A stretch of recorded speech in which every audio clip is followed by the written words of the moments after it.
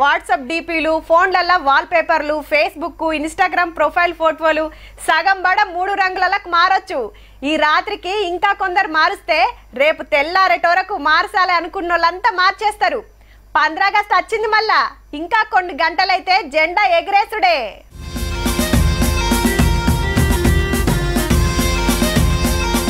అబ్బా మస్తుంది కదా. 1000 అడుగుల పొడుగుంది. మళ్ళా ఖమ్మంలా పెద్ద తిరంగ జెండా తోటి ర్యాలీ తీస్తే మంత్రి తుమ్మల సార్ వచ్చి జెండా ఊపి చాల్ చేసిండు. ఇది హైదరాబాద్ లా బీజేపీ తిరంగ ర్యాలీ. అధ్యక్షుడు రామచంద్రరావు సారు, పార్టీ లీడర్లు, కార్యకర్తలు మస్తు మంది వచ్చిండ్రు. 15 ఆగస్టు పండుగ రేపే కాబట్టి 2-3 రోజుల కాంచి దేశమంతా జాతీయ జెండాలతోటి ర్యాలీలు నడుస్తున్నాయబ్బా. కన్యాకుమారి కెంచి కాశ్మీర్ దాన్కా, అస్సాం నుంచి గుజరాత్ దాన్కా అంతటా జోరుంది. ఢిల్లీలా ఎర్రకోట కాడ ఏర్పాట్లు రెడైనాయి. ప్రధానమంత్రి మోడీ సారు జెండా ఎగరేసేది ఈడనే. మరి గట్లనే ఆనలు పడ్డా అచ్చినోళ్లకు తిప్పలు కాకుండా సౌలతులు చేస్తాండ్రు. మన సీఎం రేవంత్ రెడ్డి సారేమో గోల్కొండ కోట మీద పండుగ చేస్తాడు.